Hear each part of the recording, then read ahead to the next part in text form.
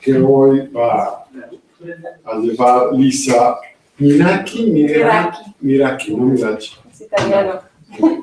Miracchi de la Universidad de Pensilvania. Pues adelante, tiene 40 minutos, luego haremos una pausa de 5 o 10 minutos y regresamos a la sesión de preguntas. Sí, de 40 y 50. Ok, bien. Pues, Sí. pues muchas gracias por la invitación. Lo siento, voy a dar la plática en inglés. Creo que pueda comunicarme bien.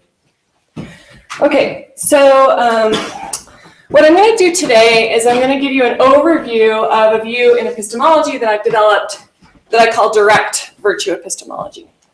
And in order to understand what motivates the view, I'm going to first talk about the alternative in virtue epistemology, which I call indirect virtue epistemology, and to see what problems there are with it that motivate the alternative account.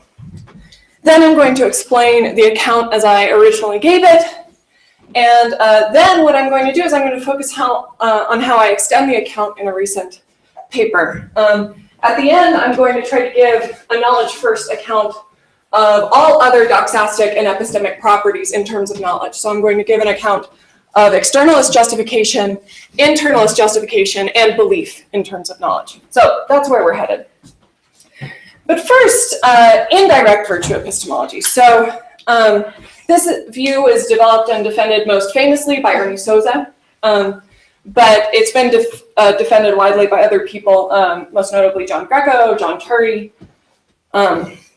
So here's the basic view. S knows that P, if and only if P is true. S believes that P. S exercised a competence to believe truly. And S's believing truly is due to S's exercise of competence to believe truly.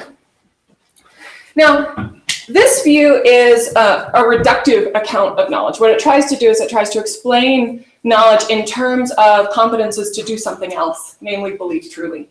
That's why I call it indirect virtue epistemology, because the competences that are supposed to explain knowledge are competences to do something that falls short of knowledge. This view has similarities to the traditional justified true belief accounts of knowledge that were really popular in most of the 20th century. So if you'll notice, we have a truth condition, we have a belief condition. Exercise of competence is what becomes our justification condition in virtue epistemology. So a little bit about virtue epistemology. Virtue epistemology appeals to competences in order to explain epistemic properties. The idea is that epistemology is a performance domain, it's a normative domain that's structured by an achievement, say knowledge, and the performances that are candidates for that achievement. So an interesting thing that virtue epistemology does is a justification clause in terms of exercise of a competence. Lastly, there's the famous plus clause, which has caused reductive accounts of knowledge a whole lot of trouble, right? So famously, Gettier came up with these counterexamples to the justified true belief account of knowledge, and we're going to go over that in a minute. But it's been very popular recently, well, since Gettier came up with his cases, to add an extra condition. So knowledge is justified true belief plus some further condition that's intended to rule out Gettier cases. Okay, so what we're going to do is we're going to focus on this fourth condition. And what I'm going to argue is that there's an in-principle reason to think that there can never be a satisfactory fourth condition like this. So we have in-principle reason to think that there can be no satisfactory fourth condition, and so we should reject indirect virtue epistemology. And that's what's going to motivate my view. Okay.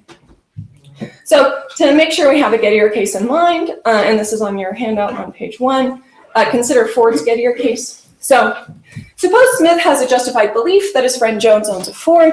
He picks some random proposition, say Brown is in Barcelona, for which he has no evidence. And then he validly infers from Jones owns a Ford to either Jones owns a Ford or Brown is in Barcelona, right? So we're making a valid inference from P to P or Q, right? Just like deductive logic allows us to do.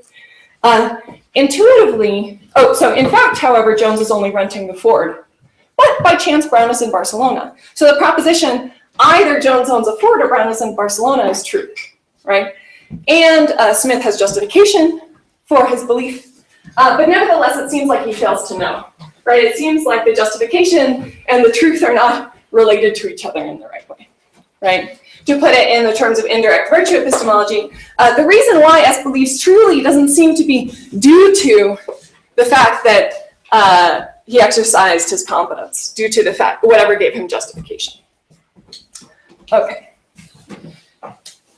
So what indirect virtue epistemology is going to claim in these kinds of cases, by the way, if you have clarification questions, feel free to stop me. Devastating objections, please save until the Q&A. What indirect virtue epistemology is going to do is they're going to say that these three conditions are satisfied, right? That the JTB conditions are satisfied, but this fourth condition is not satisfied, right? So they're going to say that the believing truly isn't due to the exercise of competence. And so then they've got to say what the due-to relation is exactly, right? They've got to make it plausible that, that there is a kind of due-to relation that occurs only in cases of knowledge and fails in Gideon cases. Let's think a little bit more about what this due-to relation has to be like in order for the indirect virtue epistemologists to substantiate their analysis. So what they're claiming is that this due-to relation isn't particular to the competence that's exercised. It's some general due-to relation that applies at least in all cases of epistemic competence. So first we specify the competence that's responsible for the case of knowledge. And then we specify what this due-to relation is supposed to be in a way that's general, that's not particular to the competence that's exercised. This is really important because indirect virtue epistemology, again, is trying to give an analysis of knowledge in terms of competences to believe truly. So if the due-to relation that's responsible for knowledge is particular to the competence, then they haven't specified the competence independently of knowledge.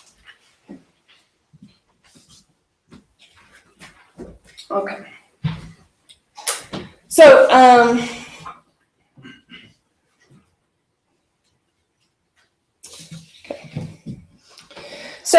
there have been a lot of attempts in the literature, and by the way, I should say that although many people have given up on a justified true belief analysis of knowledge, many people think that virtue epistemology is going to be able to solve the problem. So lots of people are very tired of the justified true belief analysis, but think that this fourth condition, the way the virtue epistemologist sets it up, is going to succeed. And there have been, I think, three main attempts to specify the due-to relation, and I think none of them work. So the first one is due to Souza 2007, where he argues that the competence must be responsible not just for the existence of the belief, but also for its truth. So you might think in the Ford case, the competence is responsible for why Smith believes either Brown is in Barcelona or Jones owns a Ford, but it's not responsible for its truth. After all, the competence was related to seeing Jones with the Ford, perhaps getting rides in the Ford, and so on and so forth. It had nothing to do with Brown and Barcelona. Greco argues that there has to be a reliability connection. So the competence has to be exercised in a kind of situation where it would reliably lead to true belief. So you might think that also fails in the Ford case. So in the Ford case, the situation is one where, in fact, there's not the connection between the Ford and the competence that you would think. Really, there's just this chance connection between this random belief, either Jones owns a Ford or Brown is in Barcelona, and Brown being in Barcelona. So there isn't the kind of reliability connection between the competence and the truth of the belief. Souza 2010 gives a revised account that's independent that says that he wants to appeal to the general relationship between a disposition and its manifestation. So he thinks competences are dispositions, like fragility. And he wants to say that although he's not going to give an analysis of the relation between a disposition and its manifestation, he's appealing to exactly the same one that the metaphysicians use. And so he doesn't have to give an analysis of it qua epistemologist. Okay. And you might think that this account also gets the Ford case, because what you're doing is you're you're manifesting a disposition to believe truths by or introduction, right? So you go from P to P or Q. So you might think that you don't manifest that disposition in this case, because the reason why P or Q is true has nothing to do with P. Lastly, Pritchard, although he doesn't try to give this fourth condition in these terms, you might think of the view somewhat along these lines. He appeals to safety. So he thinks that your belief not only has to be an exercise of epistemic competence, but it also has to be safe. And you might think that also fails in the Ford case. So safety means in all possible worlds where you believe the proposition on the same basis the belief is true. So in a very close nearby possible world, Brown is not in Barcelona, right? And so safety fails, okay? So all four of these accounts can handle typical Gettier cases. But there are certain kinds of Gettier cases that they cannot handle. And I call these systematic Gettier cases. So on your handout, page 2, I provide you with one. So I call this rock and hard place. Annette is taking a walk through the countryside. Looking at what seems to her to be a sheep in the field, she forms the belief that there is a sheep in the field on the basis of her perceptual experience. In fact, it is a sheepdog, but there is a sheep standing behind a rock out of view that the dog is keeping track of. Pausing right here, this is very similar to Chisholm's, a Gettier case that Chisholm gives, right, about a sheep in a field. In Chisholm's case, it's a wolf that looks like a sheep, right? But we're not done yet. We haven't fully specified the case yet. Unbeknownst to Annette, she's in hardworking sheepdog country, in which it's very rare for a sheepdog to be in a field unless it's keeping close watch on its sheep. Okay. Now what I've done, okay, is I've added in an extra condition that makes the case one where your belief is systematically related to the truth in all the ways that the above conditions claim.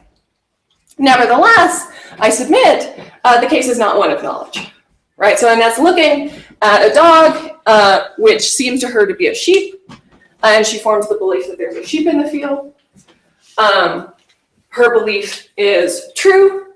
It's justified because she's using her normal perceptual abilities, but nevertheless, she doesn't seem to know. If you look, though, the competence is responsible not just for her having the belief, but also for its truth. So if she hadn't used her perceptual abilities in this kind of case, she would have not formed a true belief. Okay. If she had used, if she had paid more attention, perhaps she would have seen certain discriminations between the dog and real sheep, and so have formed a false belief that there's no sheep in the field. Okay. The exercise of competence is made in a situation that reliably gives her true belief. So because she's in hardworking sheepdog country, right, she's never going to see a dog that looks like a sheep without a sheep there. Okay. Because the dogs are only going to be in the field if they're watching after sheep. So her belief is reliably related to the truth. Sorry, Lisa. Yeah. Why do you add unbeknownst to Annette? It could be known to her, but there's a systematic relation. Well, if it's known to her, then it's plausibly knowledge. Oh, okay. If she doesn't know, then I think Okay. it's plausibly not knowledge. Yeah, thanks. Yeah, good. Yeah. Right, because if she knows, then it's just a way of telling whether there are sheep in the field. Yeah. Good. Okay. So also the belief is safe, right? So in the nearest possible worlds where she sees something that looks to her to be a sheep, either it is a sheep or it's a dog tracking a sheep. And so anytime she forms the belief on the basis of her competence, she's going to form a true belief. The trickiest cases is talking about whether we should think she manifests her disposition to believe truly in this case. And here's where I think we have to be very careful. So a disposition like fragility is a disposition that's part of our common sense language, right? Just like knowledge is. It's very contentious exactly what the correct analysis of this disposition is, right? Some people have thought it's a disposition to shatter upon hitting hard things, right? But there are problems with this analysis, okay? So for example, it seems like you have to rule out cases of mimicking where you have something that, oh, sorry, I promised not to hit the table and now I'm doing it. Oh, do the chair, okay.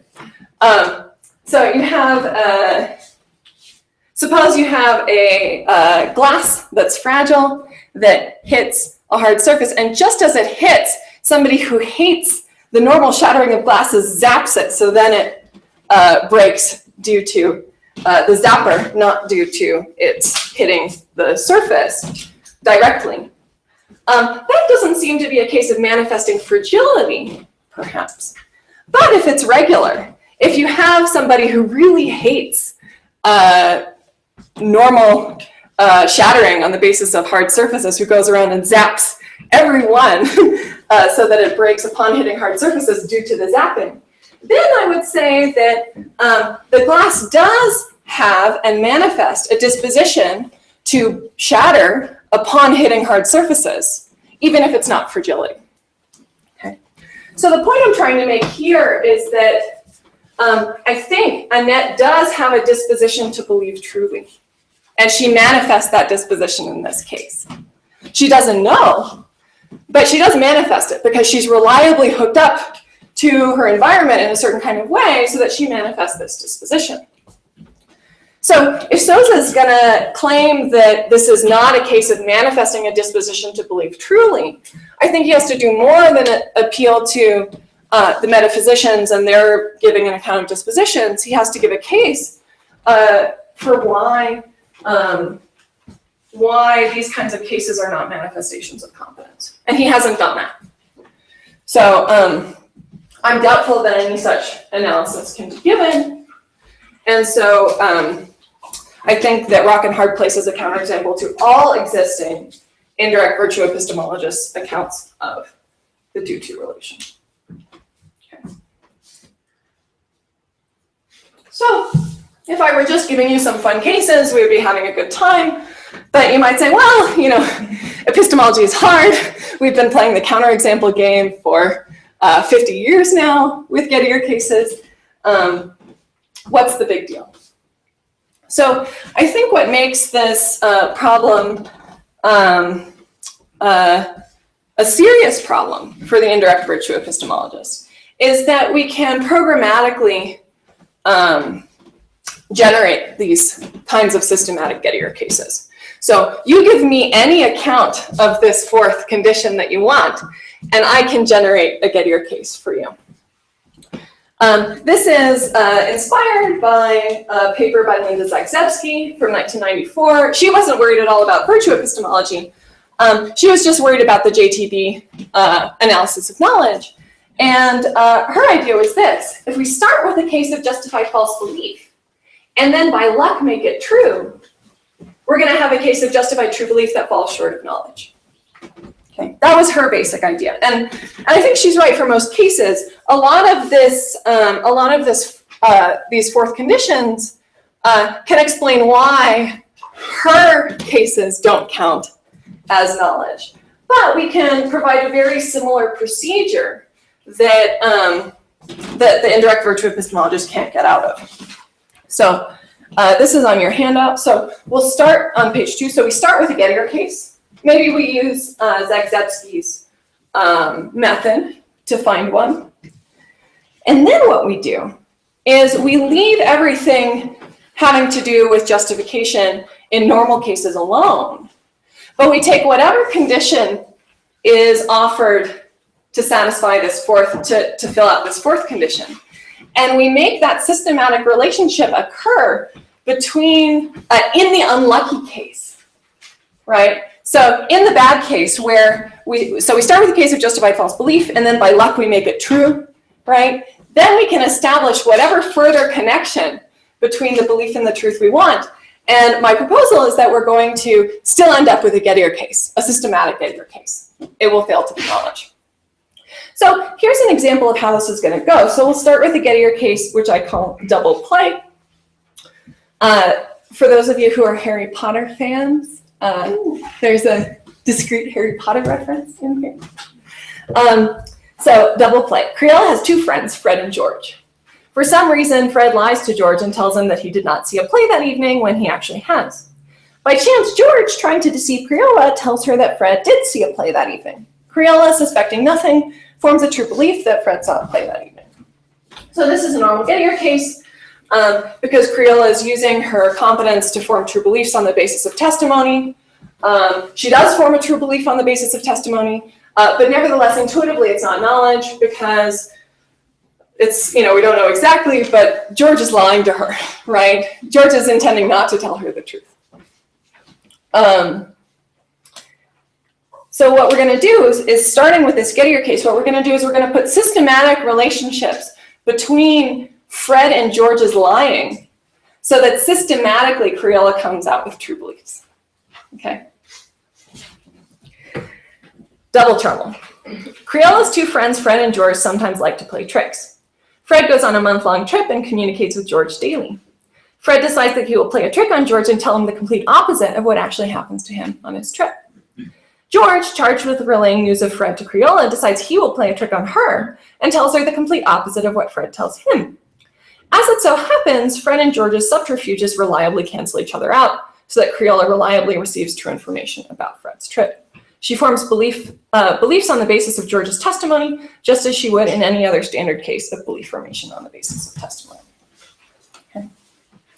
So this is a case where what we've done is we've put in a systematic relationship between Fred's lying and George's lying. They both decided that they're going to lie to her just for the purposes of this trip. We can even add in an extra condition that says that they both came up with this idea while watching the same movie, right? And that they wouldn't have seen the movie unless they saw it together, and they wouldn't have gotten the idea if they hadn't seen the movie together, right? So you see how this goes, right? We can put in conditions that have nothing to do with justification, but reliably hook up the bad luck with the good luck, right? So that systematically Crayola forms true beliefs. Okay. And this is, I think, a counterexample to all of the proposed conditions before. So the competence is responsible not just for her forming the belief, but also for its truth. There's a reliable connection between the exercise of competence and the truth. The belief is safe because either Fred and George would both have gotten the idea together watching the movie, or neither of them would have gotten the idea. So in all nearby possible worlds where she forms beliefs on the basis of testimony, she forms true beliefs. And again, I think it's not plausible to say that she fails to manifest a disposition to form true beliefs. I think all of the regularities are set up, so she does have and manifest a disposition to form true beliefs. Okay. So if I'm right that we can generate, we can programmatically generate counterexamples to indirect virtue epistemology in this way, I think we have a better motivation for rejecting indirect virtue epistemology. So the problem is not just that epistemology is hard and coming up with a good analysis is hard, but we have reason to think that we're approaching knowledge in the wrong way. In particular, what we're doing is we're supposing that we can explain knowledge in terms of competences that fall short of knowledge. But what I really think is that the competences responsible for knowledge are competences to know. They're the full-blooded things. So the reason why Crayola fails to know, even though she's reliably hooked up to the world in this way, is because she has a competence to form beliefs, she has a competence to acquire knowledge on the basis of people truthfully and earnestly giving her testimony, something along those lines, right? But the more you try to spell it out, the more you realize that she has a competence to do the whole full-blooded thing, a competence to know in a particular kind of way not just a competence to form true beliefs. So my claim is that we're never going to get this fourth condition, and so we should give up on providing a reductive account of knowledge in terms of competences to believe truly. Okay. Instead, we should claim that knowledge is a kind of exercise of a competence to know. This is circular at this stage, but I don't think it's vicious. It's a way of clarifying what knowledge is. And then what I'm going to do is I'm going to show you how we can explain all of the other epistemic properties in terms of knowledge and competences to know. So what I'm doing is I'm reversing the explanatory priority. Whereas indirect virtue epistemology starts with competences to believe truly and tries to explain justification and knowledge out of them, I start with a competence to know, and I'm going to explain justification, both externalist and internalist justification, and belief in terms of that. So the view is, I think, just as explanatory as indirect virtue epistemology, except it reverses the normal explanatory order. And it doesn't fall prey to this kind of worry where we seem to have an in-principle reason for thinking that the view is not going to work. So in the rest of the talk, I'm going to give an overview of my positive account. Okay.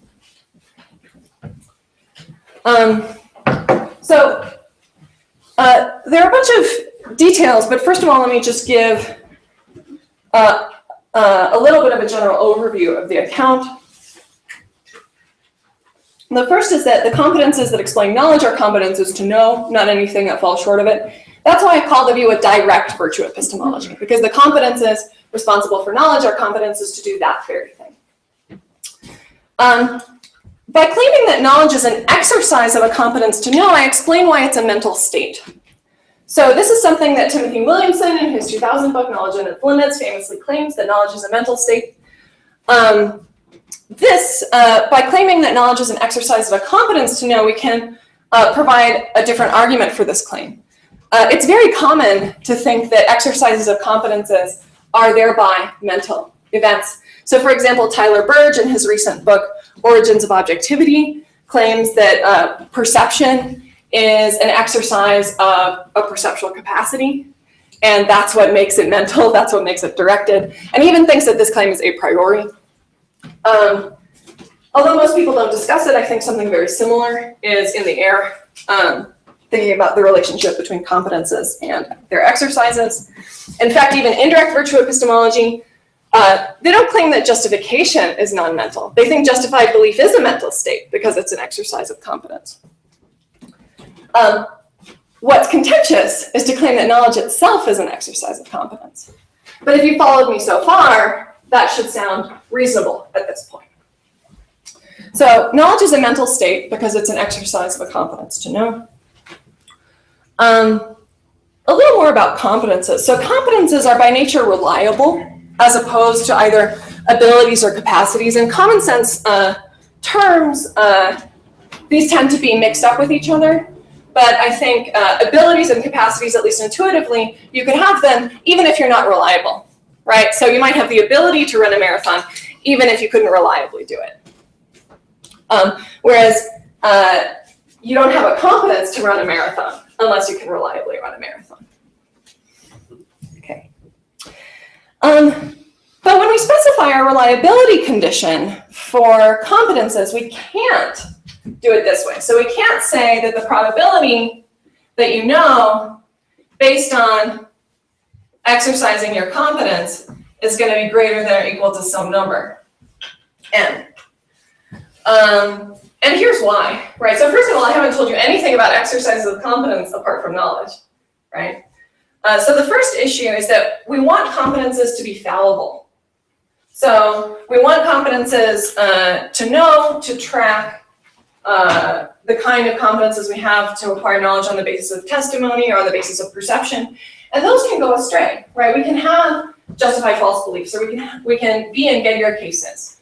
Because we've exercised our competences, but we've just failed. So we need a notion of exercise of competence that's broader than knowledge. But I haven't told you what that is, and if we're going knowledge first, we don't want to appeal to some independent exercise of competence, right? So I've got to tell you what this is in terms of knowledge and competences to know. Okay, so that's what I'm going to do now. So the trick, I think, is to appeal to the facts in virtue of which we possess and manifest competences to know. So I'm going to call the full-blooded conditions that constitute a case of knowledge the manifestation conditions. I'm going to call the in-the-head bit, the subpersonal in-the-head bit. Here I'm thinking of neural or computational states. I'm going to call this the operation of the basis of the competence. And then I'm going to define a reliability condition on competences to know that says that the manifestation conditions, conditional on the operation of the basis, is sufficiently high. Okay. So what I'm doing here is I'm appealing to the facts in virtue of which we have and manifest competences to know. The only distinction I'm appealing to is one that we should all accept, namely that there's a distinction between our subpersonal cognitive system and the full conditions constitutive of knowledge. So I'm not sneaking in any mental states here. I'm just sneaking in, I'm just appealing to subpersonal cognitive events. So then I define my reliability condition as such. Once we have this reliability condition in place, now we can define other epistemic states in terms of knowledge and competences to know. So note that the operation of the basis might occur in other conditions than the one constitutive of the competence. Okay. There's no guarantee that the operation of the basis will occur only in conditions of the manifestation of the competence. In such cases, I claim that the competence is degenerately exercised. So now we have two kinds of exercises: manifestations, which are cases of knowledge, and degenerate exercises, which are cases that are constitutively failures to know. Okay. There are no neutral exercises on this view. There are two kinds of exercises: the ones that are constitutively achievements, knowledge, and the ones that are constitutively failures. And we've defined the failures in terms of what it takes to have the achievements.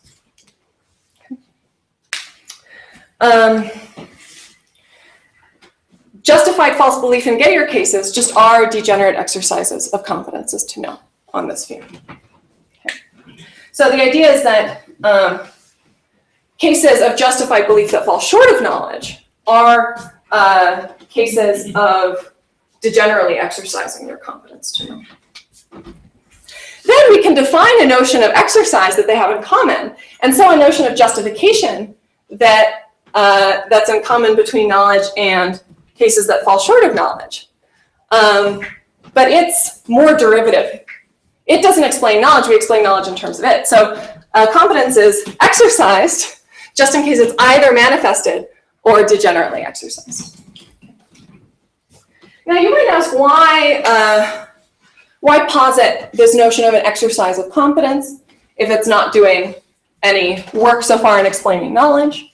Well, exercises of competence as such have this interesting property. So as such, exercises of competences to know are likely to be cases of knowledge, right? So once we've defined exercises of competence in the way that I have, this condition entails this condition. So we get out of the view a kind of externalist justification, namely reliability with respect to knowledge. This view is strictly stronger than typical, yeah. What was E? Exercise of competence. Okay. Thanks. Yeah. So this is knowledge. So the probability that you know, given that you exercise your competence, given either that you know or that you degenerately exercise your competence, is sufficiently high. Okay. Thanks.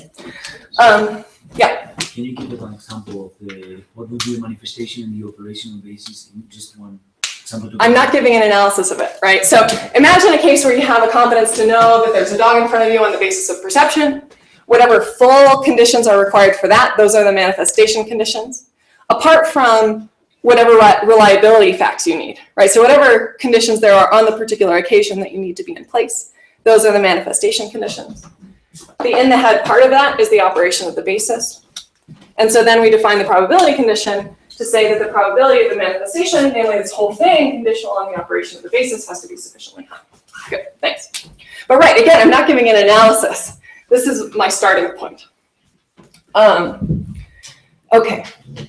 So what I have at this point is I've given you an analysis of externalist justification in terms of knowledge and competences to know.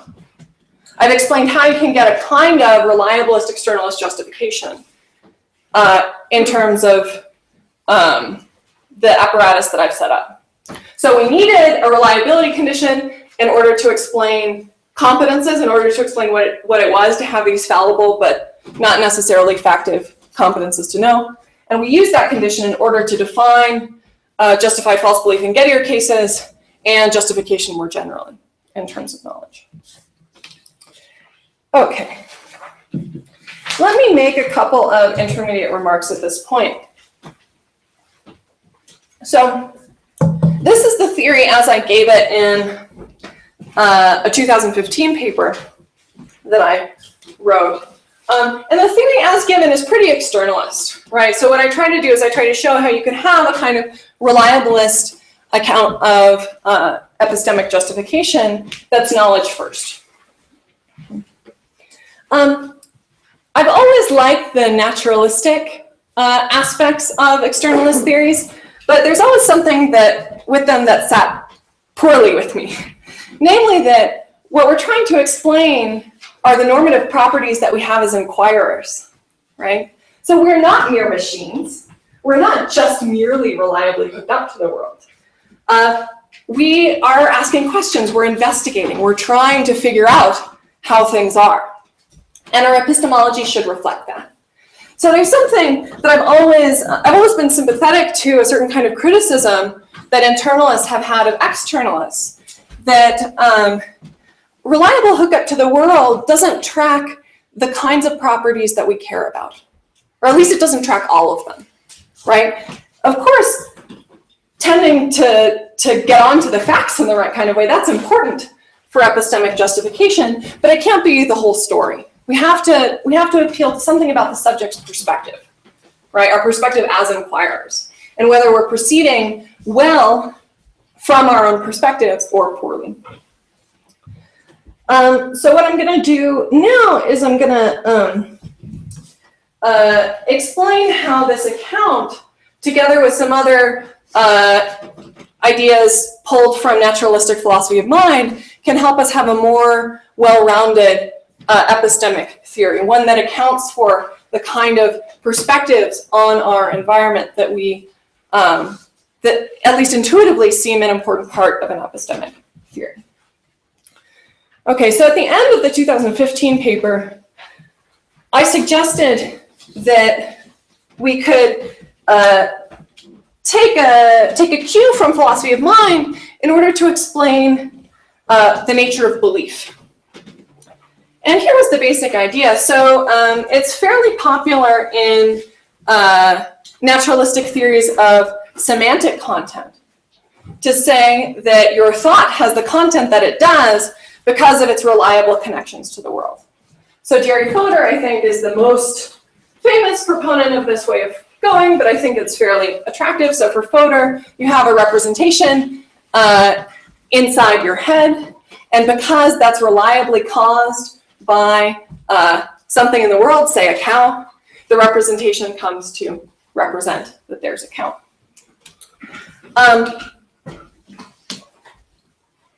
I find this kind of general naturalistic approach very plausible, namely that the regularities between you and your environment are what are going to determine the directedness that you have towards your environment.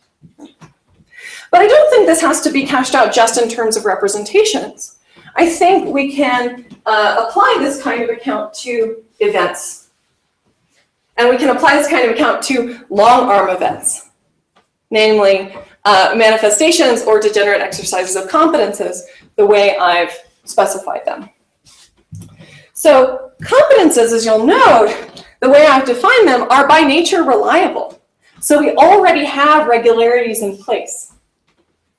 And the hypothesis that I gave at the end of that paper was that the regularities that are constitutive of your competence to know make it the case that exercises of that competence aim at knowledge, right? So because there are regularities between you and the environment, that makes it the case that exercises of competences to know aim at knowledge.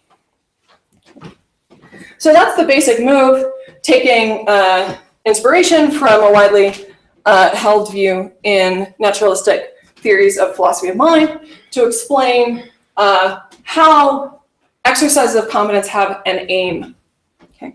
So they're performances with an aim in a robust sense, and we can explain why. Now, one view of the nature of belief is that it constitutively aims at knowledge. So this view is defended by Bird and Sutton most recently. If that's right, then we can explain why knowledge and justified belief entail belief. By the way, Williamson can't do this. He notes in his 2000 book that it would be great to have a theory of why knowledge entails belief, but he doesn't give an account. So I've given an account of the nature of belief, namely the state that aims at knowledge as a matter of its nature. And I've explained why knowledge and justified belief, characterized in this way, both entail belief, both are kinds of belief. So far I've explained a kind of externalist justification in terms of knowledge. I've explained belief in terms of knowledge and why knowledge and justified belief entail belief. And lastly, I know I'm running out of time, but I'm going to briefly explain how you get a notion of internalist rationality out of the view. So,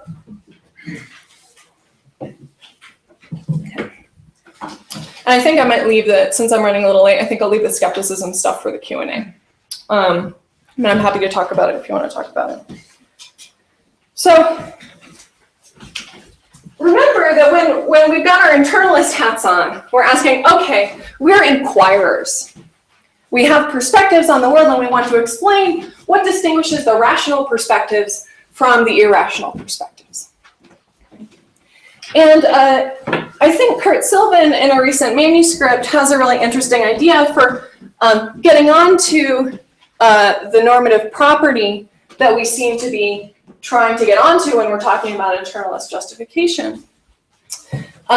He's following some work by Thomas Herka in ethics. Sylvan's view is that beliefs are epistemically valuable because they manifest ways of valuing what's fundamentally epistemically valuable. So since I'm defending a knowledge first theory, I think knowledge is the most fundamental thing of epistemic value. So beliefs or other things that manifest proper value of knowledge are going to be derivatively valuable.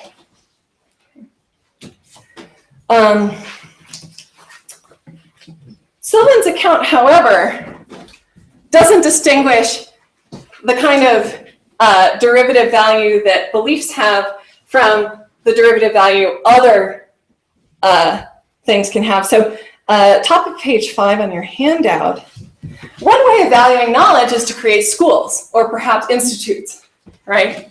But the act of creating schools, if epistemically valuable, is valuable in a very different sense from the epistemic value of believing in accordance with one's reasons, or believing in a way that tries to achieve knowledge. It's certainly not epistemically rational to build schools, not in the same sense that beliefs are epistemically rational.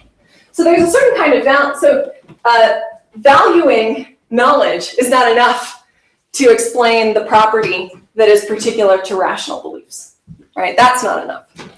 So this is where I think virtue epistemology is again really important, and why it's important that the theory is a knowledge first virtue epistemology and not just a knowledge first theory. So as I mentioned before, virtue epistemology claims that the epistemic domain is a performance domain, okay? So the normativity in the epistemic domain is structured around knowledge, the fundamental epistemic good, and the performances that aim to achieve it. right, that are candidates for being knowledge. Because beliefs are the only candidates for being knowledge, they're the primary bearers of epistemic value. Okay, so because the epistemic domain is a performance domain, we can explain why beliefs have a certain kind of epistemic standing that other events don't have, even if they're ways of properly valuing knowledge. So opening a school is not a candidate for being knowledge, so it's only valuable epistemically at a remove. So here we come to a way of stating what it is for a belief to be justified, either in the externalist sense or in the internalist sense. A belief is justified in either sense, just in case it's a good candidate for knowledge.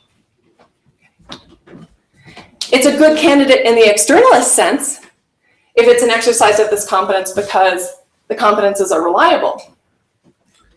And now what I have to show you is that it's a good candidate, exercises of competence are good candidates for knowledge in the internalist sense. So,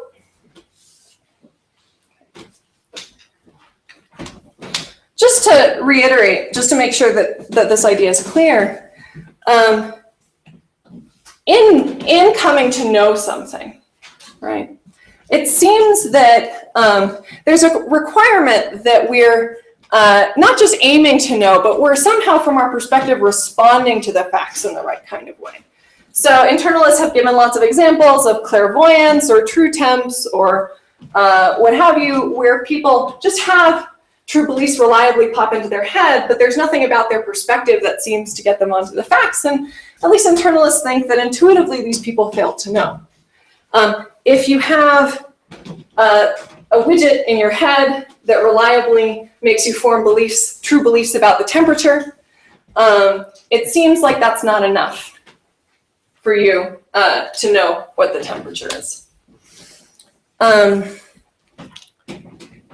So I'll take it that it's a requirement on knowledge that that when you know, you aim to know in a way that sort of properly values what it takes to know. That's what's missing in the true temp cases, but what's present in the case of forming a belief that it's absolutely gorgeous outside on the basis of perception, right? Okay. So a view is justified in my sense, just in case it's a good candidate for knowledge. There are two senses in which it's a good candidate for knowledge. Either it's likely to be a case of knowledge, it's reliable, or it manifests proper valuing of what it takes to know. And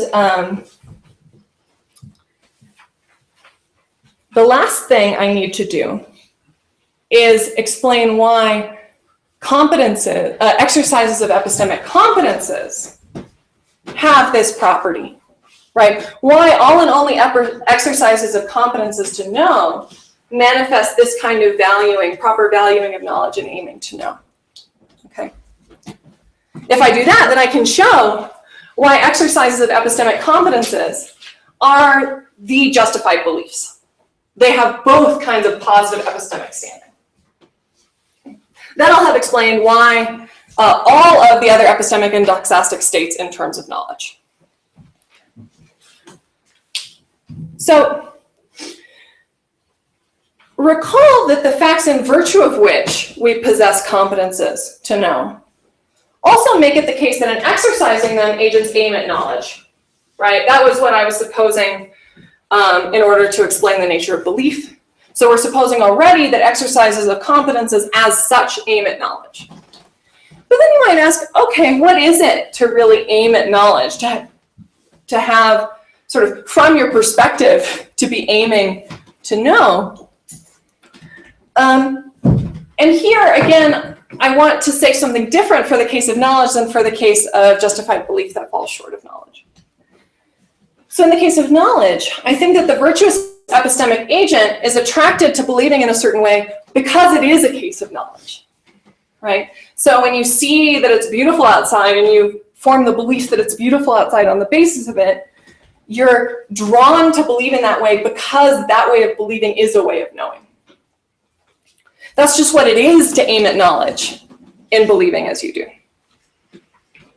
What I'm trying to do is I'm trying to characterize the kind of perspective we have that internalists want to capture, and do it in terms of aims, right? So when you believe on the basis of perception, you're just drawn to believe that it's gorgeous outside, and that just is what it is to be aiming to know. So although I'm characterizing these kinds of aims using lots of language, I don't want to appeal to other beliefs or epistemic states or reasons or things like that. What I'm trying to do is I'm trying to characterize the sense in which you aim to know when you manifest your epistemic competence. So if you grant me that, that certain reliable connections between you and your environment can give you a certain kind of directedness, what I'm trying to argue is that the kind of directedness you get is one that has this positive epistemic property. Also, in the case of degenerate exercises, so first of all, if you degenerately exercise your competence to know, you can't believe in a certain way because it is a way of knowing, because it's not a way of knowing. It's constitutively a failure, right? So we have to give another account, but still you might think competence is important here. So what happens when you degenerately exercise your competence is you still believe competently, but you're unlucky, right? So Annette and Criolla are examples of agents who are proceeding in a way that's perfectly competent, but is unlucky. So I think it's plausible to think that what's going on with them is that they're believing in a way that to them seems to be a way of knowing. Their aims are inherently unsatisfiable, right? So they're aiming at knowledge, they're inherently failing, but they're properly valuing what it takes to know because they're proceeding competently. So the idea is that because the facts in virtue of which we possess competences give us aims, and these aims, when we fully understand them, have positive epistemic properties. They manifest proper valuing. Exercises of competences have rationality in the internalist sense. So I just want to summarize what I've done and then I'll stop. We started out looking at virtue epistemology, traditional virtue epistemology, and how they tried to analyze knowledge in terms of true belief and competences to believe truly. We saw that that wasn't going to work.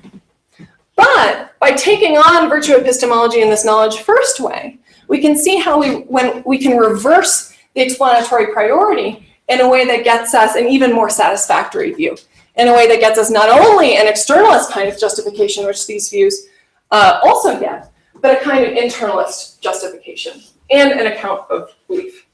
Thanks.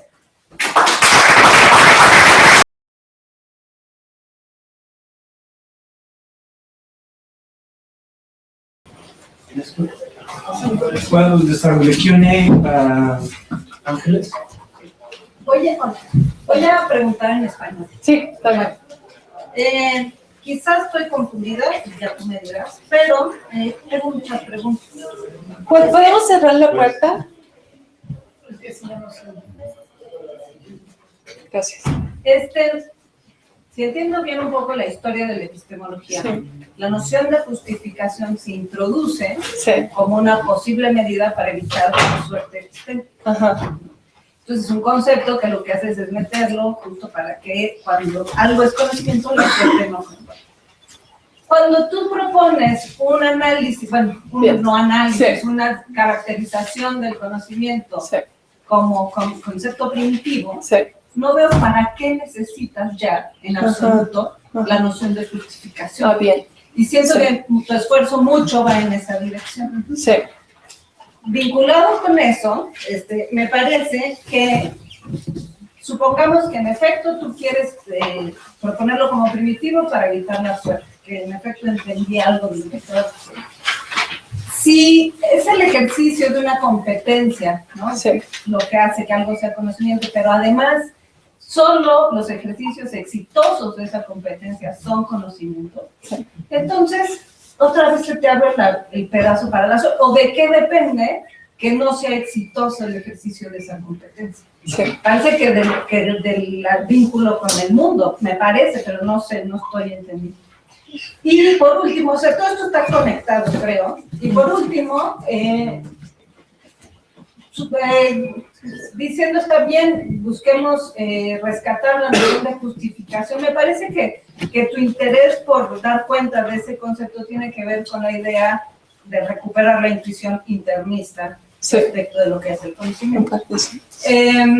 Pero entonces no veo para qué necesitas la noción externista de justificación. Y por otro lado, no me quedó nada claro cómo rescatas al internismo. O sea, lo dijiste al final, pero realmente no lo veo. No veo cómo rescataste esa... Porque en todo caso la rescatas para explicar la noción de racionalidad, pero no la de conocimiento.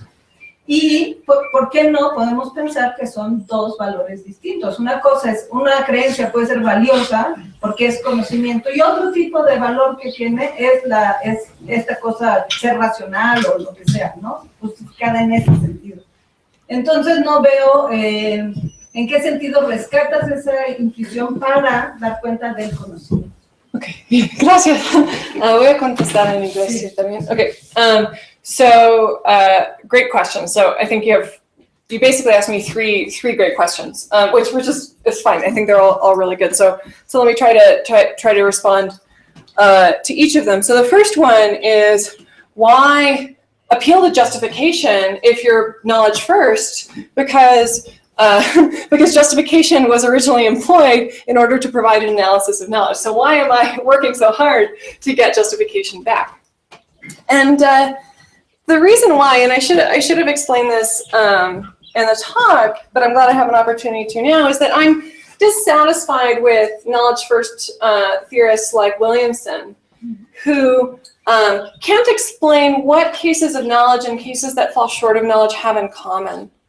So I think there are cases of belief that have positive epistemic status, where you're doing well qua believer, qua epistemic agent, even though you fall short of knowledge. So what I want to do is I want to explain this notion of why is it that you're still believing well when you fall short of knowledge? So that's what the project becomes once we give up on this reductive analysis. Your second question was about this, which is, look, you start out taking knowledge and competences to know as primitive, and then you appeal to the conditions and virtue of which we know, right? So the conditions on a particular occasion that have to obtain, and then they're in the head, subpersonal, proper part, and you define your reliability condition on those things. And then you get a degenerate exercise out of that, but isn't that cheating somehow? Why should the degenerate exercise count as an exercise of competence in the same sense that manifestations of competence count? I take it that was pretty much the question. So let me say a couple of things. So first of all, I think that the idea that degenerate exercises are properly manifestations of competence, back up. I think the idea that degenerate exercises are really exercises of competence is supported once we bring in the stuff about aims and directedness. Okay, so the idea is that, so we're moving away from the picture in which you start with something in the head that counts as mental, and then you add extra relations to the world, and you count as believing well or badly depending on these relations. Instead, I'm supposing that the mental things in both the good and the bad cases go all the way out to the world. So in the case of knowledge, the mental state is the whole full-blooded long-armed thing. In the bad case, the failure to know is the whole long-armed failure. So we can, let's see. So we can call these the bad conditions, right? So these are going to be cases that are essentially failures. nevertheless, there's a relationship between them. So, okay. Here's the thing I want to say. First of all, this condition is just, in the first instance, to clarify what it is to have and manifest a competence to know. Okay, so just to clarify that notion, I need to get a notion of reliability off the ground. So I need this account just for that sake. Once I have it, I can define a notion of degenerate exercise. Well, I think that that's mental. And the idea is going to be because of the regularities that it deviates from. So it's a certain kind of deviation, and that's going to make it constitutively a failure, right? So it's essentially these internal subpersonal states shouldn't occur or tend not to occur in these kinds of bad situations. And so it's going to be a case of aiming that's essentially a failure. That's the idea. It's not intended to be an a priori claim. It's intended to be a way of modifying a naturalistic idea about how intentionality gets off the ground in this kind of long-arm mental state way. The last question you asked me was, and now I'm trying to remember it exactly, was why do I get a kind of internalist rationality on my view? And the idea is this. So if you accept, and this is I think, a critical claim, and I'm sure it will come up again in other questions. If you accept the idea that the regularities constitutive of competence possession give us aims in both the good and the bad case, give us aims to know. So in believing, we aim to know. We aim to get onto the facts. Then I think the way of understanding that is not just that we aim to know, but that we competently aim to know. That we're responsive to the features. In the case of knowledge, we're responsible to what is. And in the cases of failures to know, it is as if we were. We're behaving competently, but it's as if we were.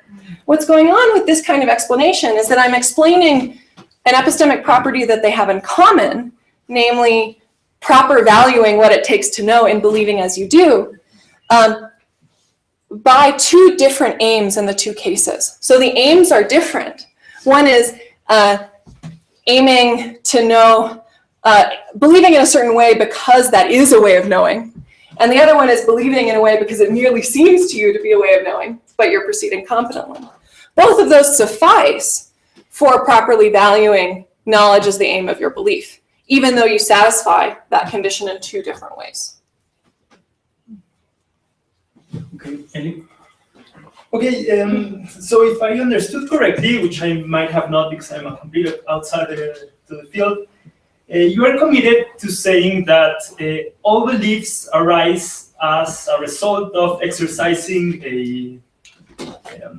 this competence to know. Can I pause you there? Because I'm not committed to that view. Okay. So the idea is that belief constitutively aims at knowledge. So belief is the kind of state that aims at knowledge as a matter of its nature. Here I'm just following Bird and Sutton. Other people have this view too. I think it's a nice view of belief. If you exercise a competence to know, then you believe, and I can explain why. Because the regularities that provide you with the competence also make it that you aim to know in exercising that competence. But I'm not claiming that that's the only way you can aim to know. So you might aim to know in all sorts of ways. So I think this is fairly plausible, actually, when we have cases of, trying to get it right, where we actually are reflecting about what we're trying to do, and then we commit to P because that seems to be the best shot. That I'm not claiming has to be an exercise of competence. Okay, but then it seems to me that then you have this other route to construct knowledge that it would somehow mimic this original idea of saying, what happens if I do have a belief that I formed in some other way, and it happens to be true, and it happens to be justified in believing that, why wouldn't you say that is knowledge? Great, okay, good. So even if you give a different account of belief, so you say there's one thing that makes it the case that you have belief in all three of these cases, In the case of knowledge, in the case of justified belief that falls short of knowledge, and in the case of unjustified belief. Suppose that you have another account of why you have a belief. The claim is that in order to get from the belief to knowledge, you get to a new mental state, right? So what I want to reject is this idea that you could start with belief as the only mental state, and then add general regularities between the belief and the environment in order to get knowledge. So this is, to take as an analogy, there are lots of actions that are constituted by other actions, right? So I can, know how to get somewhere by looking it up on Google, right? Looking up on Google is an action in its own right. You give a different explanation for why I perform that action. But if you want to explain how I get there by looking it up, in the end, you're not just adding the action plus non-mental stuff. You're explaining how you get a new agential event. So that's what I want to claim. Even if you don't like this account of belief that I want to give, still you're going to have to accept that knowledge is a mental state. And so this seems to me to be the most parsimonious way of proceeding, is to try to get belief out of knowledge. Okay, candidato Pedro está también. Two questions. Two questions. The first, at some point you say beliefs are the only candidates for knowledge. Yeah. In the context of your talk, it's obvious that beliefs are the only candidates. Yeah. But as a general proposition, I don't know if it is right. My first observation is, are you talking only about propositional knowledge? Yeah. And don't you think that representations can be also candidates for knowledge? And in the case of knowing how, abilities could be also candidates? That's the first question. And the second is, you didn't talk about the difference between conditions of knowledge and conditions of attributing knowledge. Yes, right. Do you think there is such difference? Great. Okay, great. Thanks a lot. So first of all, this project is restricted to propositional knowledge, to knowing that. So I'm not trying to explain knowledge how. This project, however, is part of a larger project where I want to give what I call an achievement-first account of perception, knowledge, and action more generally. So the idea is that perception, too, is a manifestation of a competence to perceive. And in the case of basic actions, they are manifestations of competences to do that very thing.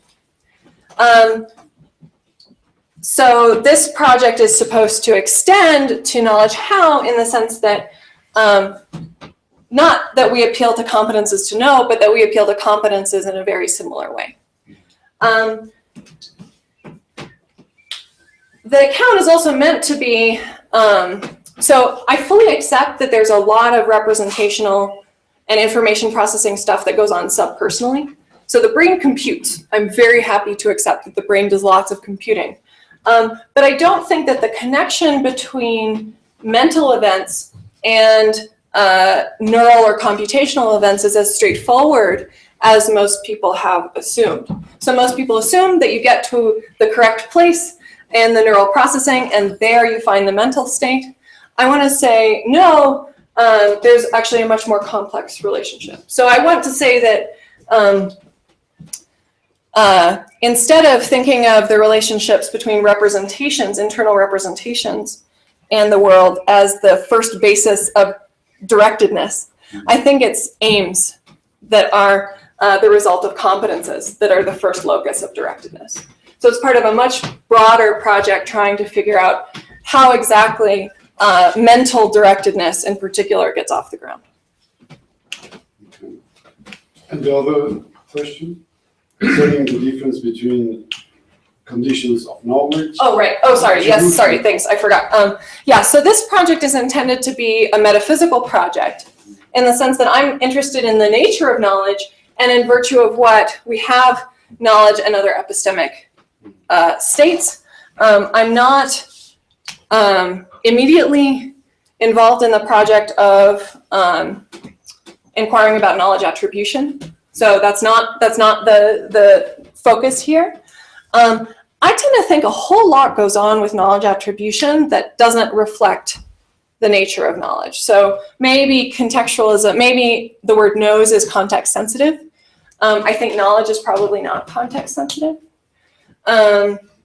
Nevertheless, we have to have a grip on the word know and its relation to the property in order for us to be able to use our intuitions about cases, right? So this is an issue that I think applies to many people who want to be doing metaphysics of the mind and of epistemology, as opposed to talking about our attributions. We have to somehow motivate the idea that we have enough of a grip on the objective phenomenon in order to motivate our ways of arguing for our views. But I still want to be hesitant that all linguistic data is relevant.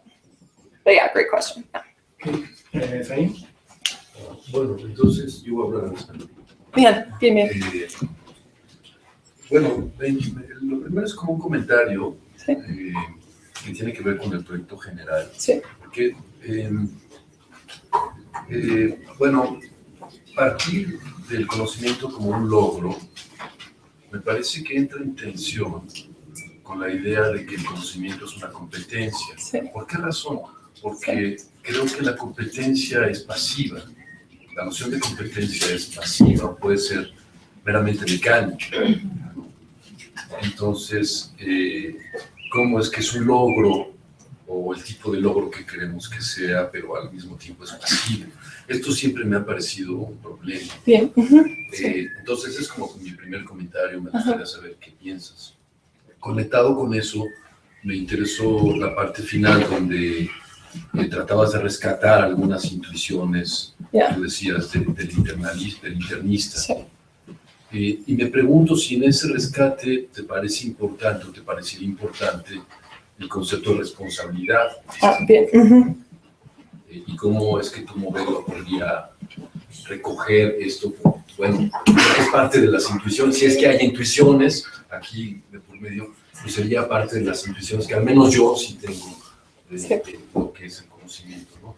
Y la tercera cosa es sobre tus ejercicios degenerados de conocimiento, ¿no?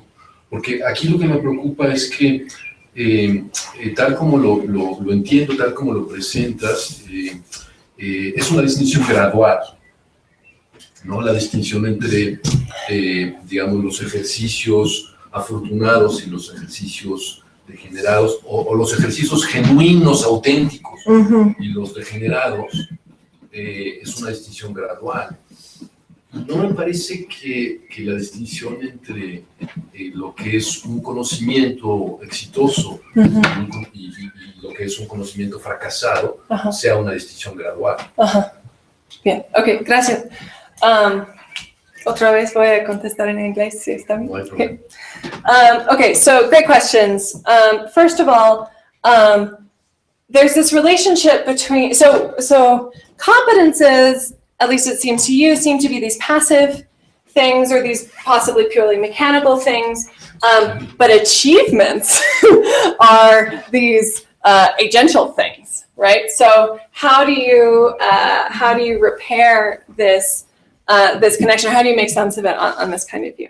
So this is an issue that virtue epistemologists have been debating for some time. So some people think, obviously, knowledge and belief are not things that we do, and so obviously this kind of achievement-focused approach is not going to work.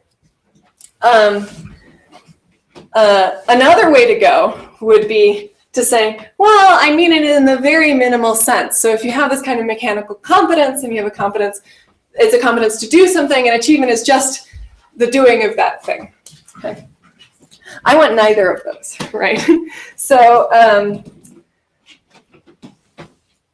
I'm motivated by the idea that, So part of what I want to know is what makes mental states ours, right? And this is partially a distinction that goes way back to like Locke and Berkeley, right? Where Berkeley raises this problem for Locke. Okay, suppose the reliable connections between you and the world are exactly as you say they are. Why should you think your ideas, just the fact that they're caused by stuff in the world, provide you with awareness of what's in the world, right? So if we think of competences in this purely passive mechanical way, I think what becomes very difficult is getting back this idea that we're the subjects, or we're the people who have these mental states, including knowledge, because I think knowledge is a mental state. I think the only way to resolve this problem, and I haven't argued for this here, of course, but this is what's motivating me. I think the only way to resolve this problem is to look for a minimal notion of agency that's plausibly present in all cases of knowledge and perception, where these are plausibly things that we do in a minimal sense, so they don't require being able to have reasons for them, to reflect on them. We don't need to have control over them. Maybe we don't need to take responsibility for them. But they're nevertheless things that we do in some minimal sense. And so the project here is one of trying to articulate the sense in which knowledge is an achievement, in the sense that it's a kind of doing, but it can be a very minimal kind of doing. I think when we know things, we do commit to how things are, and that's a doing on our part. There's a whole lot more to talk about here, but convince me about that. right. So the notion of competence. So this is actually where knowledge first virtue epistemology, I think, is has an up on indirect virtue epistemology. Is they're trying to appeal to a notion of competence independent of the mental states it gives rise to, and I'm not. So it's part of my view that competences and the achievements that they explain arise together on a par. So it's a very interesting question how you could have competences in this sense. But I mean for competences to be this more robust thing that could manifest in these kinds of doings. Okay, so to respond to your other two questions. So the first one, there's some notion of responsibility that I think I do want to apply here, but there's another sense of responsibility that I don't. So there are certain cases where you can't help but believe something, or you can't help but know. The facts confront you, right? And there's a certain sense in which, in those cases, you couldn't have believed otherwise, and so you aren't fully in control of what you believe, but I still want to say that that epistemic properties apply to you in those cases. You do something, or you believe, but you don't have complete control over it. So depending on your what kind of control you think is required for responsibility, certain kinds of responsibility won't be applicable in all cases of knowledge. But other kinds will. So I think when you believe, you open yourself up to people saying, well, why do you think that? Right? And that interchange between interlocutors and inquirers is, I think, manifest that we do, when we do commit to a proposition, we commit to, we take ourselves to be responsible for believing only what we know. Lastly, you asked me whether the distinction between manifestation conditions and these bad conditions is gradual, right? And I want to say two things. So one is, there might be some indeterminacy, and I think there almost definitely will be. So what makes the manifestation conditions, how do you exactly define the manifestation conditions? I think there's going to be a little indeterminacy there. So we won't be able to precisely distinguish them from other conditions. I think this is true in other cases where you have high-level phenomena that obtain in virtue of lower-level phenomena. So these manifestation conditions are going to appeal to things like computational states and so on. And I think it might be indeterminate exactly how those are related. Nevertheless, I want to defend the idea that it's not a gradual, there isn't a gradual difference. So let me just give an example from the way people talk about indeterminacy. So you have piles of sand that you're laying down on a surface. Eventually, you get a heap, okay? But if you keep adding piles of sand, it doesn't make the heap more heapish, right? It just makes it bigger, right? So you might have the underlying processes might be gradual. It might be indeterminate when you go from not having a heap to having a heap. But nevertheless, once you meet the conditions for having a heap, there you go. It's not like there's a gradual difference between, you don't have certain conditions that are more manifestation conditions and certain ones that are less so. So that's what I want to say here is that the distinction between manifestation conditions and bad conditions is not gradual. The distinction might be indeterminate, but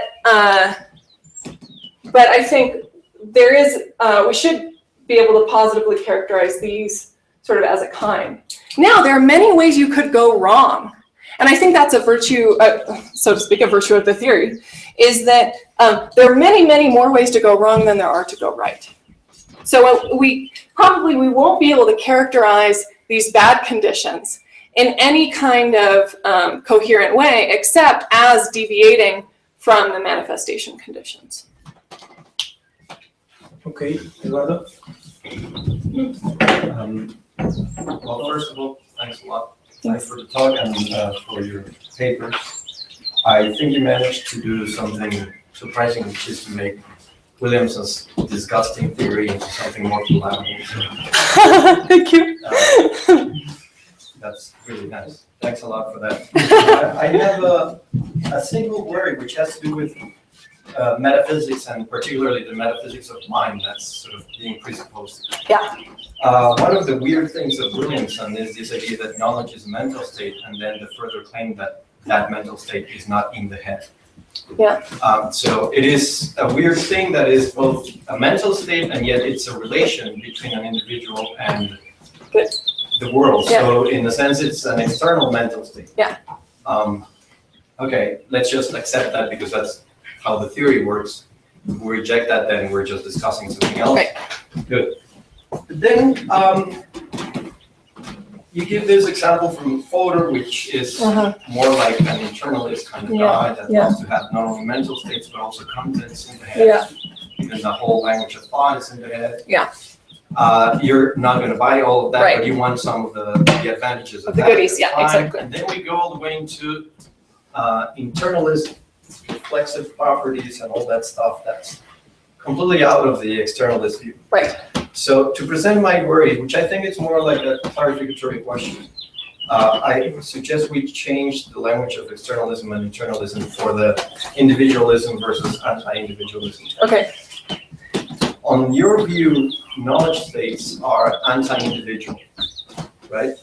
They are relations that exist in the world in virtue of there being a subject and the world behaving, and there being some correspondence. Yeah. And then you want individuals to have individualistic abilities to judge, to value that relational thing that's outside of them. Yeah.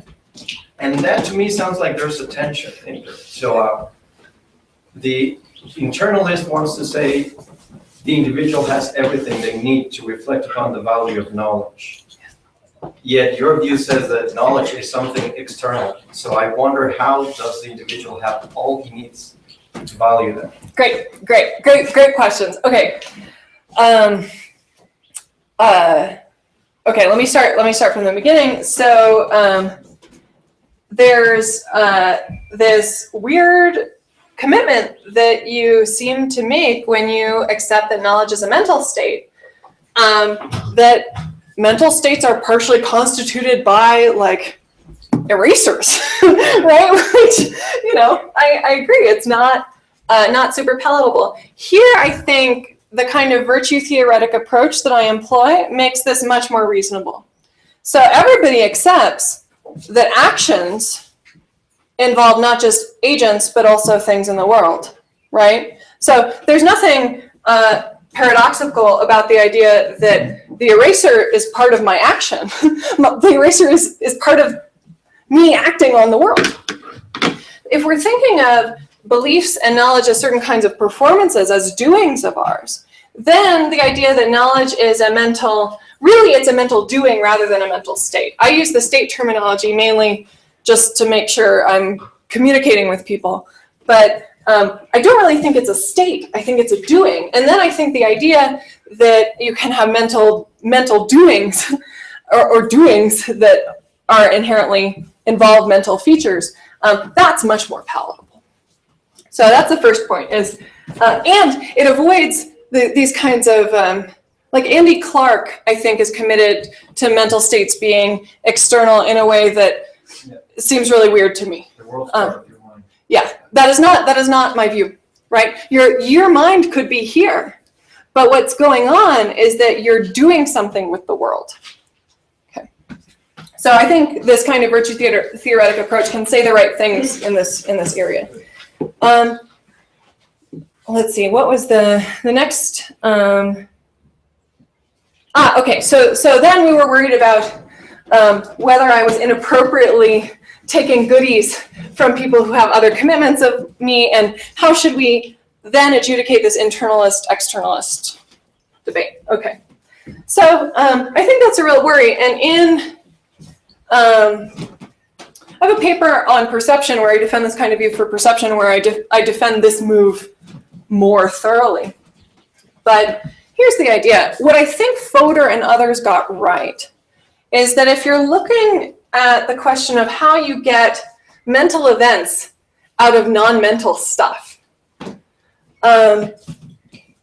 you're going to have to appeal to how the non-mental stuff is organized in the right kind of way to create new stable regularities. Okay. And really, that's all I need.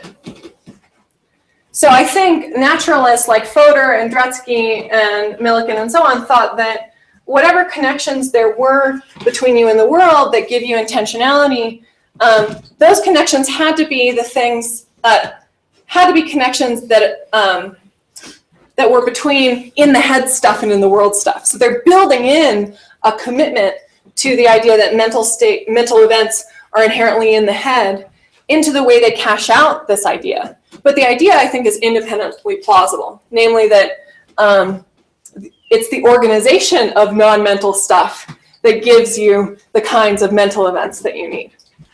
So what I see this project as doing is trying to show how that basic idea can be carried out in a way that doesn't commit you to the primary mental events being in the head.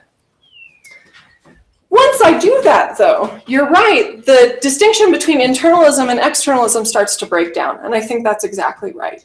So on my view, what the agent does and what the agent has goes all the way out to the world.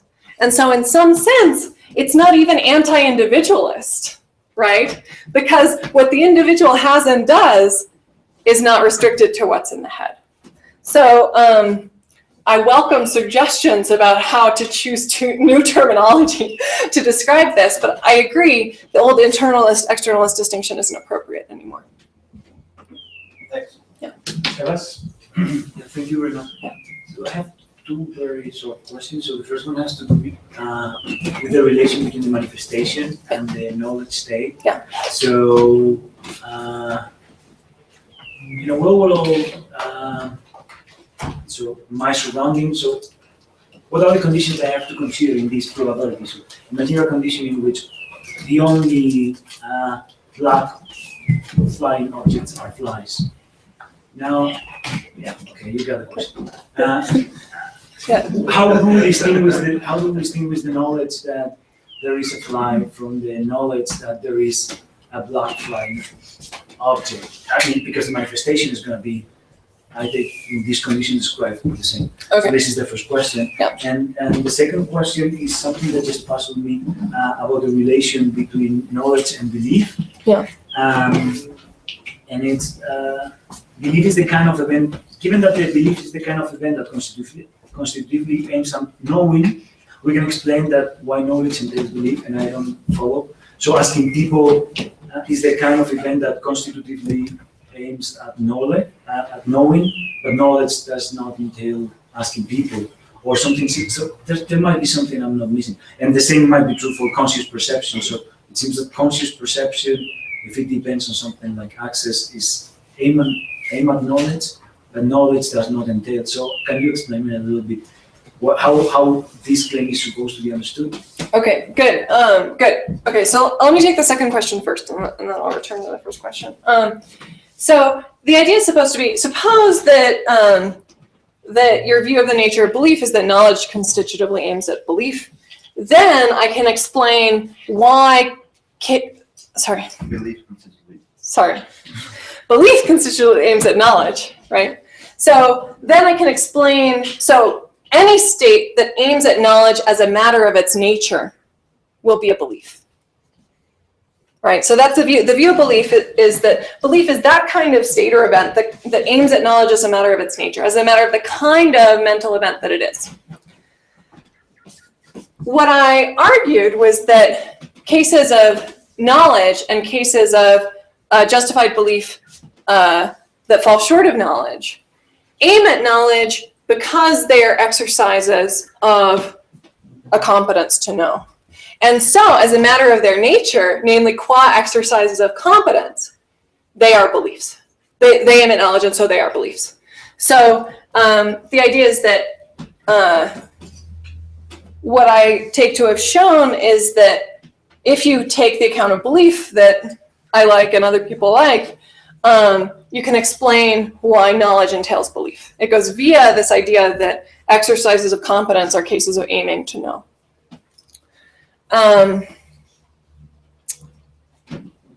Okay, so that's the. Was there another part to that second? Okay, yeah, okay. Maybe it can help me if you explain why asking people is not aiming. Oh, right. Okay. Or conscious perception. Yeah. Okay. Good. So there are other. So asking people is not necessarily. So sometimes when you're asking people, you aim to know. When you ask, hey, where are we going for lunch? You want to know. But you might ask people for all sorts of reasons, right? You might ask in order to show off. I'm not, of course, saying that anyone in this room is, but we've all been in philosophy environments where that's what's going on, right? You might ask in order to see whether the other person knows, right? So in a case where you're giving a student an exam, right? So asking, I think, is inherently a kind of aiming to know. It's sometimes something that you do in order to aim to know, but I think that the things that are really by nature aiming to know, those are beliefs. Yeah. The first question that you asked is about semantic determinacy, right? So how do you specify these kinds of conditions so that you can make sure that our thoughts are about the kinds of things that we want them to be about, and they're not about the kinds of things we don't want them to be about? I think that's a great question. I think it's an a posteriori question. So part of the reason why I want to take these kinds of conditions as the baseline or relatively primitive for epistemic theorizing and perceptual theorizing is I think we can't a priori answer these questions. So we have to look at the sciences, we have to look at biology and psychology, and to see, well, in fact, what are the kinds of situations that do provide us with these kinds of mental competences. So I'm not gonna. So it's a little bit unsatisfying, but I think I don't want to play that game of telling you. My example was intended to show that there cannot be differences. So because in the environment, the manifestation conditions of both are exactly the same. So that's really a priori question.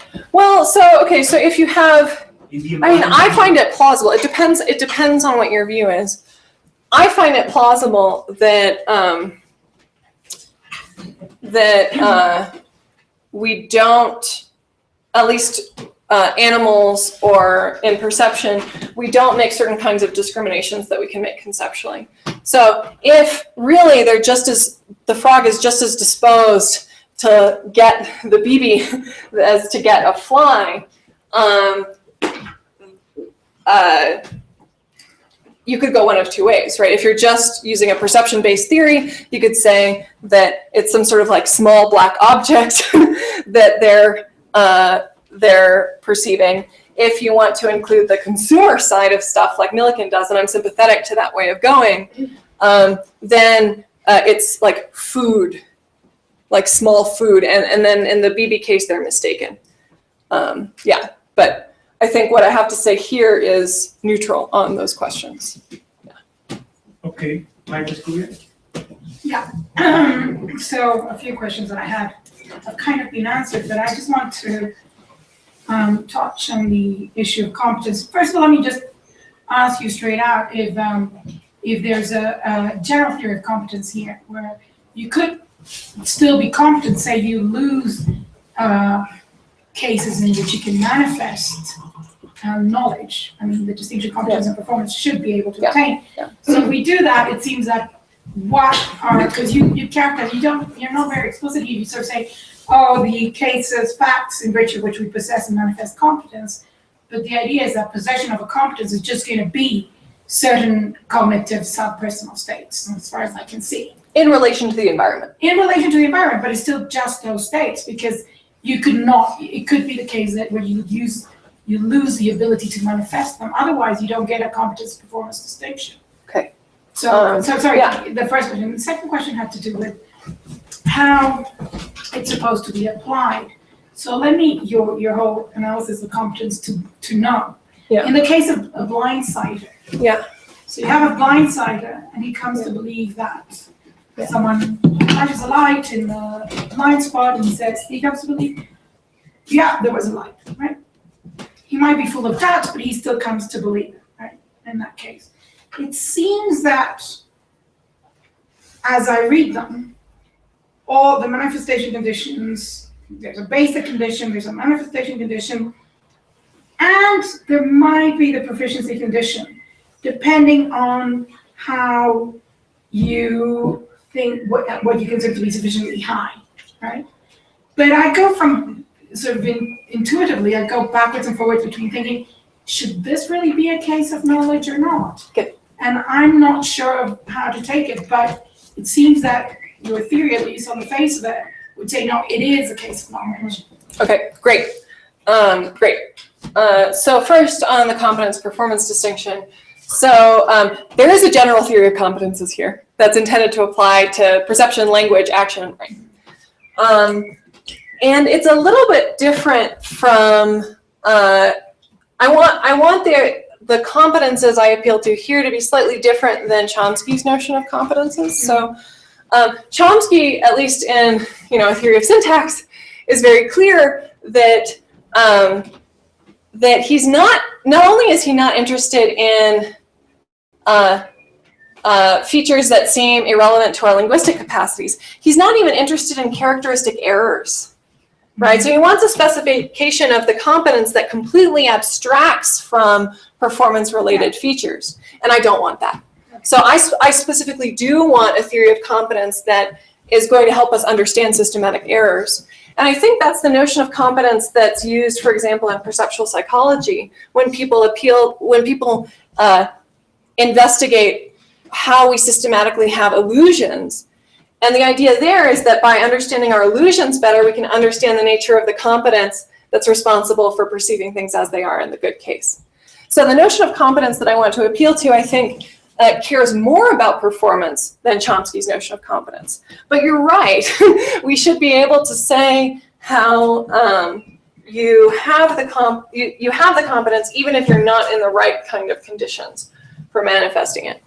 And I think it's a little bit difficult to say exactly what kind of, I still have to think more about exactly what's going on there. So for example, I tend to think it's easier to lose competences than many people think it is. So I tend to think, if you're not in the kind of situation where you would reliably know, you don't have the competence.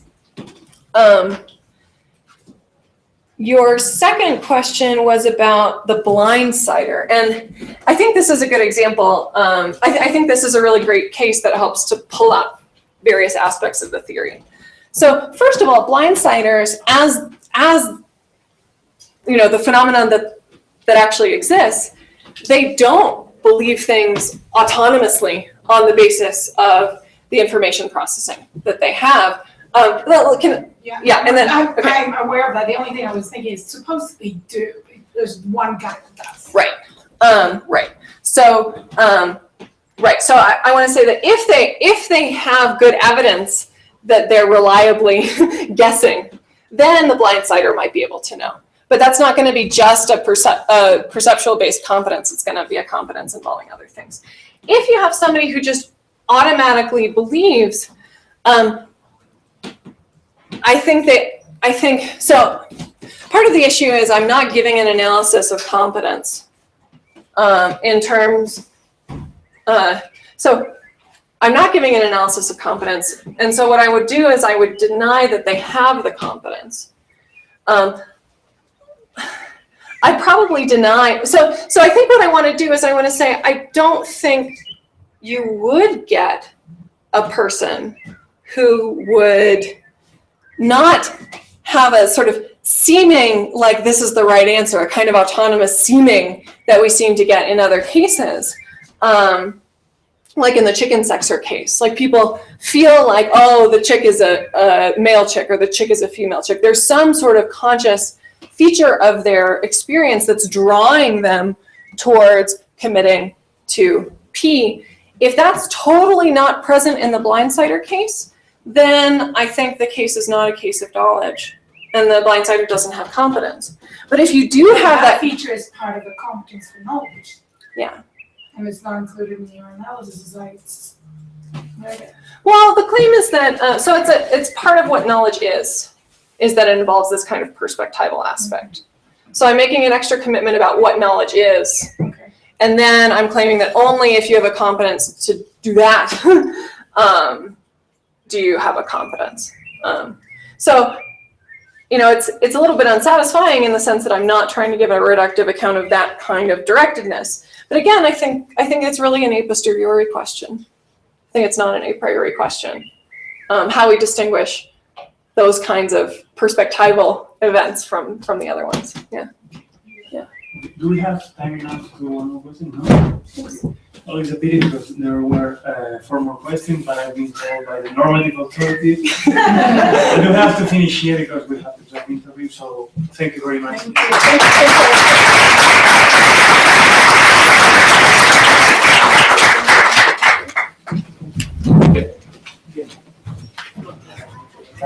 Yeah, they were great questions. Great questions. Oh,